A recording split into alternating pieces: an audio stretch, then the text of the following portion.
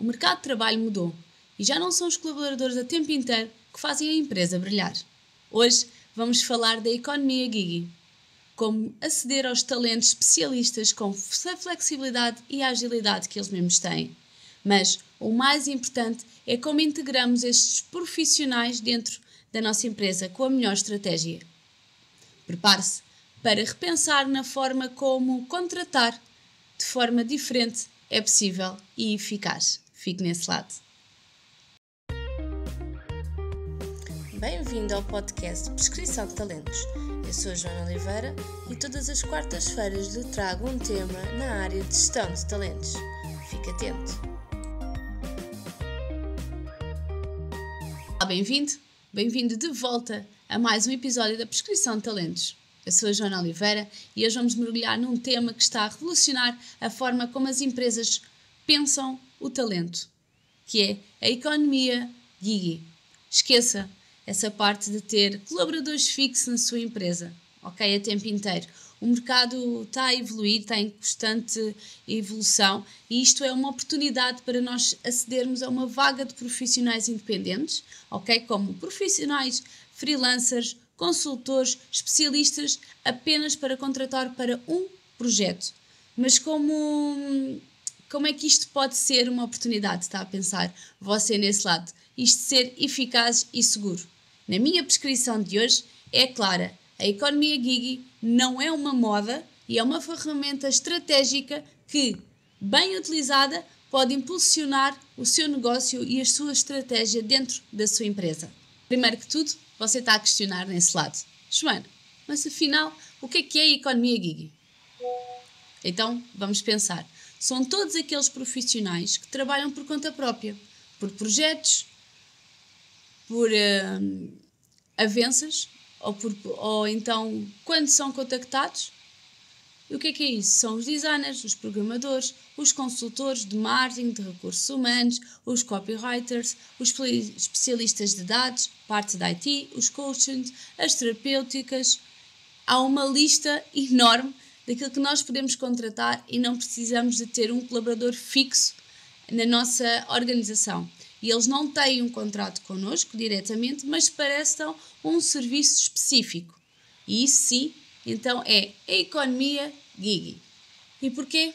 Porquê que este modelo está a crescer tanto no mercado de trabalho? Há fortes razões, ok? Tanto para o talento, para o colaborador, tanto para as empresas. Para o colaborador, o que é que eles procuram? Flexibilidade, autonomia, a diversidade de trabalhar em várias empresas, ao mesmo tempo em vários projetos e muitas vezes com a possibilidade de uma remuneração muito mais alta do que se estivessem apenas a trabalhar numa organização. E para nós, neste caso, que estamos a prestar e a pedir para a nossa empresa, isto significa sermos mais ágeis, significa termos acesso a competências mais importantes e altamente especializadas em cada projeto a tempo inteiro, ok? Vamos supor que nós precisamos apenas para um colaborador para fazer um projeto específico. Logo, os nossos custos vão ser reduzidos, não vão ser fixos, ok? E transformamos as despesas pessoais em despesa de serviço. Logo, é uma grande vantagem contratarmos apenas para um serviço. Esta economia é uma estratégia para não só poupar custos, mas sim outros pontos essenciais, como o acesso rápido e a especialização no topo, ok? Vamos supor, você precisa de um especialista de IT para fazer um protocolo, ou para fazer a atualização de um software, ou colocar uma lista de base de dados na nossa organização. Nós não precisamos de ter um colaborador a 100% para fazer este trabalho, ok? É o saber fazer, sem um longo processo e um compromisso de contratação a tempo inteiro. O outro lado é a flexibilidade, ok? Imagine que a sua empresa tem picos de trabalho. Vamos supor, pegando no meu exemplo a nível de recrutamento, não precisa de ter uma colaboradora a 100% se a sua empresa é uma pequena, média empresa e só esporadicamente é que fazem o processo de recrutamento. É preferível contratarem quando, na realidade, precisam desse serviço do que ter uma pessoa fixa nos recursos humanos dentro só de recrutamento e seleção. Ou então contrata só e apenas uma pessoa de recursos humanos que faça o RH de A a Z. Mas se quiser uma pessoa especialista, basta só contratar para este projeto, para esta parte de recrutamento e não ter a pessoa fixa na sua empresa. Por isso, estas perspectivas de inovação, ok, tanto dos talentos certos, trazem consigo um olhar novo. Eu, como trabalho em várias empresas, consigo demonstrar várias abordagens e várias perspectivas e colocando, claro que o que eu faço numa empresa não vou fazer noutra, mas esta minha experiência na parte de recrutamento, eu consigo perceber o que é que a sua empresa precisa e o que é que a empresa precisa, não tanto esta inovação de negócio do que se tiver uma pessoa fixa a 100% na empresa. O que é que poderá-me responder? Sim, Joana, mas a pessoa está aqui, conhece os meus colaboradores, conhece a cultura da empresa. Sim, ok, eu também conheço, porque eu quando tenho uma entrevista ou quando tenho uma reunião com um potencial cliente de uma empresa, eu peço o portfólio todo para onde eu vou trabalhar. Não, nós, os colaboradores externos, nesta economia gig, não caem nas empresas de paraquedas, como eu costumo dizer. Nós também conhecemos a experiência da empresa para a qual nós vamos prestar este serviço. E por isso é que este tema me toca tanto. Porquê? Porque esta é a minha realidade, conforme o exemplo que eu dei anteriormente. Eu sou uma colaboradora a tempo inteiro, mas não presto serviço para nenhuma empresa. Ok? Eu presto serviço para várias empresas. Depende da ajuda que querem neste mundo do RH e nos talentos, de forma que, independente, eu apoio várias empresas em simultâneo vários processos de recrutamento, de avaliação de desempenho, seja o que for dentro da área de RH. Porquê? Porque a minha paixão é ajudar os negócios a crescer e a oferecer a minha experiência na forma como nós contratamos ou como nós avaliamos os nossos colaboradores dentro de uma organização. Por isso, isto permite-me ter o quê? Flexibilidade de trabalho, sou eu que organizo as minhas horas, acedo aos recursos dentro de uma empresa exatamente quando eles precisam, logo a empresa não tem um custo associado comigo e não tem um contrato de trabalho comigo. Tem um contrato sim, mas de prestação de serviço, porque claro que eu também tenho que regir algumas regras dentro de certas e determinadas empresas, principalmente esta situação do RGPD.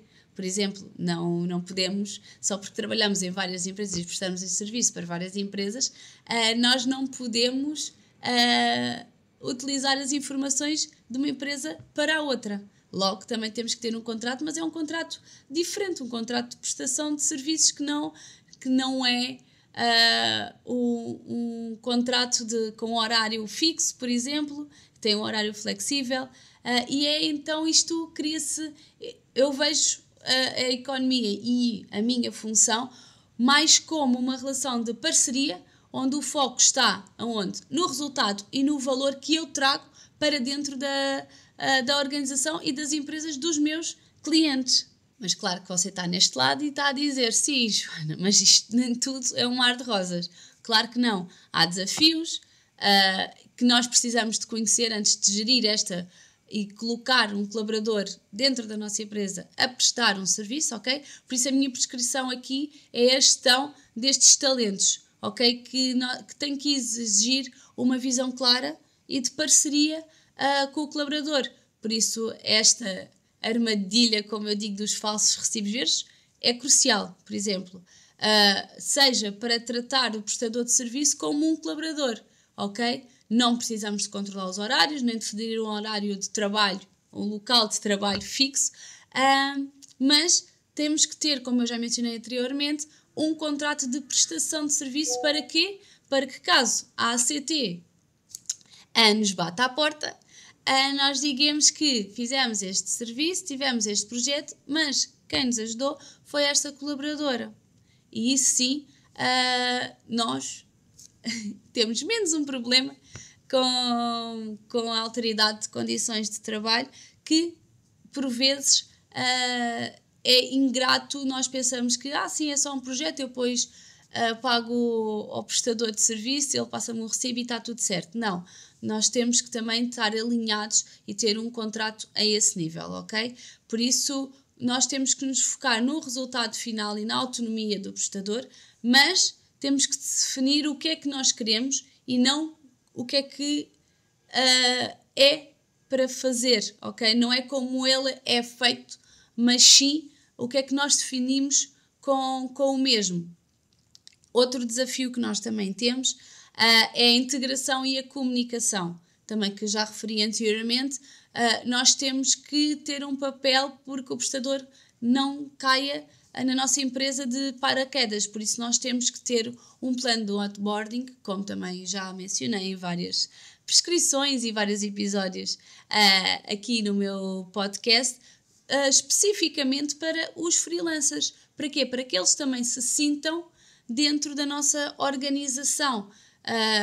Não é preciso ser um processo de onboarding, um manual longo e completo, mas saber o que é que acontece em cada departamento, principalmente isso, e quem é que são as pessoas responsáveis em cada departamento. Este trabalho de equipa é essencial e esta integração também. Por isso, em suma, a Economia Gigi não é para substituir a sua equipa permanente, mas sim completá-la com quem poderá vir de fora. É uma ferramenta poderosa que lhe permite ser mais ágil e aceder à otimização de custos, que é isso que nós pretendemos e juntamos o útil ao agradável, como se costuma dizer. Mas para o sucesso, a chave é esta gestão estratégica e intencional. Não se trata de uma solução mais barata, não é isso de todo que eu quis nesta prescrição demonstrar, mas é utilizar isto de forma inteligente de trabalhar. Escolhermos, e tem que escolher os talentos certos para criar um ambiente de parceria e de respeito, sempre com as regras do jogo bem claras. A Economia Gigi é o futuro e o seu negócio pode liberá-lo a esse respeito. Por isso, eu sou a Joana Oliveira e foi mais um episódio da Prescrição de Talentos. Obrigada por estar nesse lado. Se gostou, partilhe com a sua rede, subscreva o canal.